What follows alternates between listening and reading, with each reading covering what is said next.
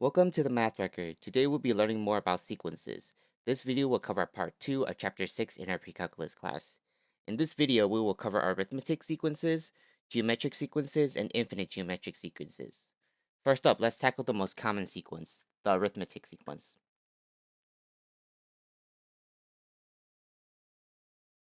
The arithmetic sequence is basically any sequence which is a list of numbers that follow a pattern which is added or subtracted. So for example, you can have like 1, 4, 7, 10, 13, because 1 to 4 is plus 3, 4 to 7 is plus 3, 7 to 10 is plus 3, and 10 to 13 is plus 3. And you can even add more numbers. For a sequence to be a sequence in general, you just have to have 3 numbers, and it has to follow a pattern. So that's an arithmetic sequence. Uh, so that's like if it's added, it could also be subtracted. So it could be like 15, 12, 9, 6. So you minus 3, minus 3, minus 3. So it's either added, arithmetic sequence is either added or it's subtracted. Okay? Sorry, my handwriting looks bad. That's a U. Let me rewrite that. Subtracted, basically. So if you want to find the nth term of a sequence, you have to use the equation y is equal to the common difference, which is represented by d, times x minus 1, parentheses, plus the first term, basically. So how does this work? So basically y, our common difference, you add 1 plus 3 is 4, 4 plus 3 is 7, 7 plus 3 is 10. So the common difference is 3, because you have to keep adding 3 to get to the next term. So times x plus 1, and the first term is 1, because this is the first number. Okay? So if you want to find the first term, right? The first term, you plug in 1 into the equation. That's 1 minus 1 is 0. So 0 times 3 plus 1 is the first term, which is 1. And then the second term, plug in 2 in there, which is 2 minus 1 is 1, times 3, which is 3, plus 1 is 4. So you get that one. So we have the first, second, third, fourth, fifth. So you want to find the sixth term. You just plug in 6 here. So 6 minus 1 is 5. 5 times 3 is 15. Plus 1 is 16, which is true because you have to add 3 to 13 to get 16. So you just have to follow this general formula. To find the sum of all the terms, to find the sum of the up to the nth term, you have to use the formula, the number of terms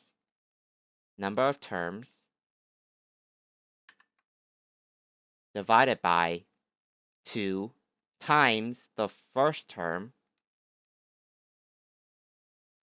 plus the last term, basically. So let me move this up so then you'll get a little bit more room. We just need to focus on that so far. So basically this would be the other thing you need to know, how to find the nth term, and you have to find the sum to that term.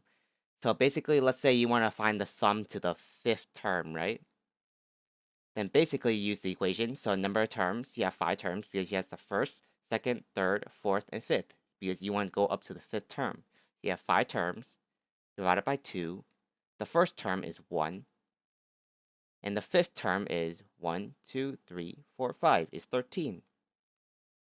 If you don't know what the term is, so let's say you want to get the sixth term, right? You put the sixth term in here to find the sixth term. That gets you 6 minus 1 is 5. 5 times 3 is 15. 15 plus 1 is 16. So the sixth term is 16, so you just put 16, and you change the 5 to 6 to find up to the sixth term, basically.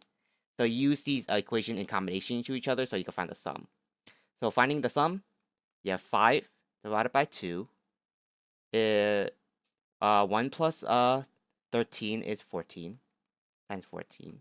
So 14 divided by 2 is 7, and 7 times 5 is 35. So 5 divided by 2 times 14 is 35, which is true because 1 plus 4 is 5, 5 plus 7 is 12, and 12 plus 10 is 22, and 22 plus 13 is 35. So this is correct. So this formula always works. The number of terms divided by 2, parentheses, first term plus the last term. This equation, these two equations only work for arithmetic sequences. Only for arithmetic. So these are the arithmetic sequence.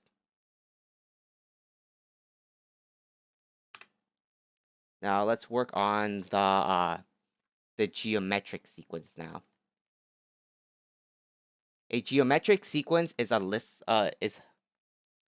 a geometric sequence is a list of numbers that follow a pattern which is multiplied or divide. So it's multiplied or divided. Usually it's gonna be multiplied, so I'm just gonna show you that example. So let's say you have something like 1, right? So 1 times 2 is 2, 2 times 2 is 4, 4 times 2 is 8, and 8 times 2 is 16, and third 2, 64. So it follows a ratio of times 2, times 2, times 2, times 2, times 2, times 2. And you could keep going on. So it could be like 128, 256, etc. basically. So that's a geometric sequence because it has a common ratio. It is multiplied by it, basically. So an example like this.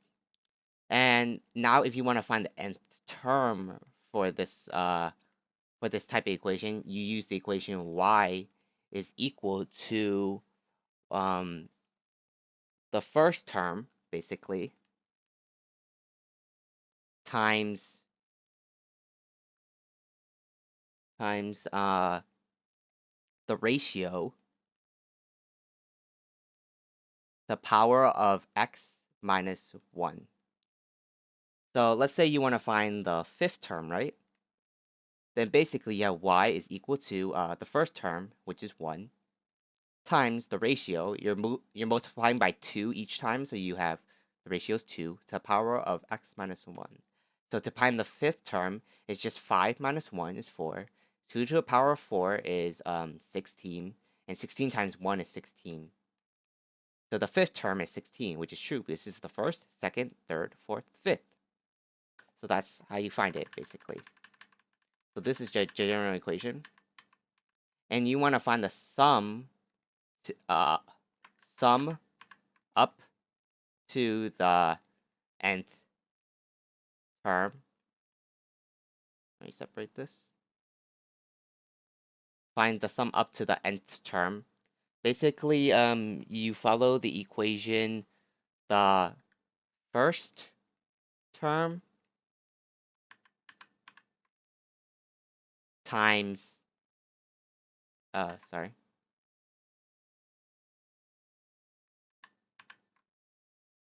times 1 minus the ratio to the power of the number of terms divided by 1 minus r, basically. So you use this equation. Move this up. We need a little bit more room.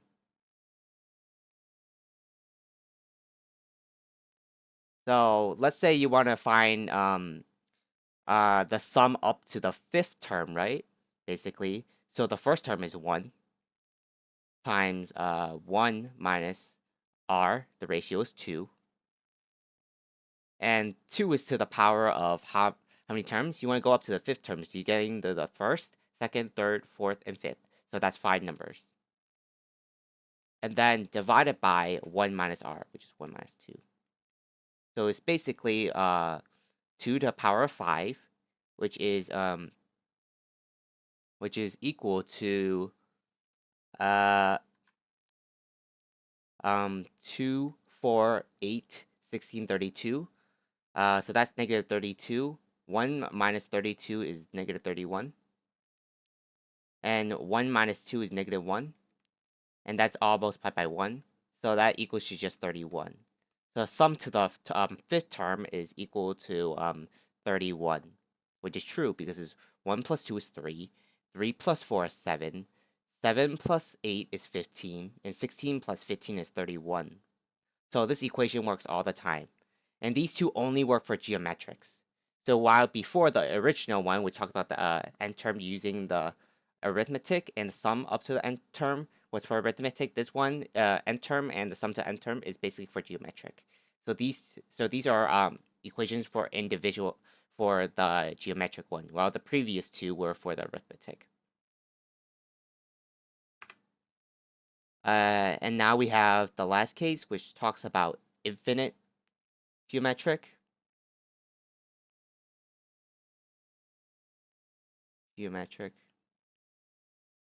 This is also basically a list of numbers, but it's infinite. But what you want to do here is that usually the question to ask you for this is asking you for the sum. So then let's give you like an example. Let's say you have like 1, and then you multiply this by 1/3, and you multiply that by 1/3, which is 1/9, 1 over 27, 1 over 81, 1 over 243, and then etc. basically. Because this is going infinite, but it gets really, really small. So that's an infinite geometric series. So the ratio of this is 1/3, right? This is 1 times 1/3 is 1/3, 1/3 times 1/3 is 1/9, 1/9 times 1/3 is 127. So the ratio is 1/3. For it to be an infinite geometric series, this is the ratio. The ratio has to be between -1 and 1. It cannot be -1 or 1. It has to be between these two numbers, basically, for it to be an infinite geometric series. So, as I said before in part 1 of chapter 6, an infinite geometric, a series is the sum of the sequence. And a sequence is just a list of numbers. So to find the series basically of infinite geometric, usually they won't ask what what nth term it is because it's kind of simple. So what you're gonna do if you want to find the nth term, you just basically have y is equal to the first term times the ratio up to x minus 1, basically. So the ratio is 1/3, right? So then you could just, like, if you want to find the second term, it's just 2 minus 1 is 1, so 1/3 times the first term, which is 1, is just 1/3. It's basically the same thing as a geometric sequence, except the ratio is now between the ratio is between -1 and 1. So if you find a ratio between those two numbers, you're going to have an infinite geometric series. Unless there is like a really small number, but they stop it right here. But if they say it's infinite, then it's an infinite geometric series. If they just stop it like this, say it's 1, 1/3, 1/9, 127, 181, or just stop at some kind of number, but not just this, or like they stop at up here to 120, 1 over 243, then it's gonna not be an infinite geometric series. It's gotta be finite, but it's gotta get smaller. An infinite geometric series is that if the question says it's infinite, but its ratio is between -1 and 1, basically. So to find the sum of these the series, what you do is that the sum is equal to the first term divided by 1 minus the ratio.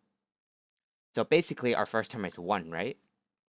And then 1 minus 1/3, 1/3. So 1 minus 1/3 is 2/3, and 1 divided by 2/3 is 3 over 2. So this would be our if you add all these numbers together, 1 plus 1 over 1/3 plus 1/9 plus 1/27 plus 1/81 plus 1 over 243 plus etc. plus all the other small numbers, it will all get to a number called sum up to 3 over 2, basically. This idea is called let me move this up.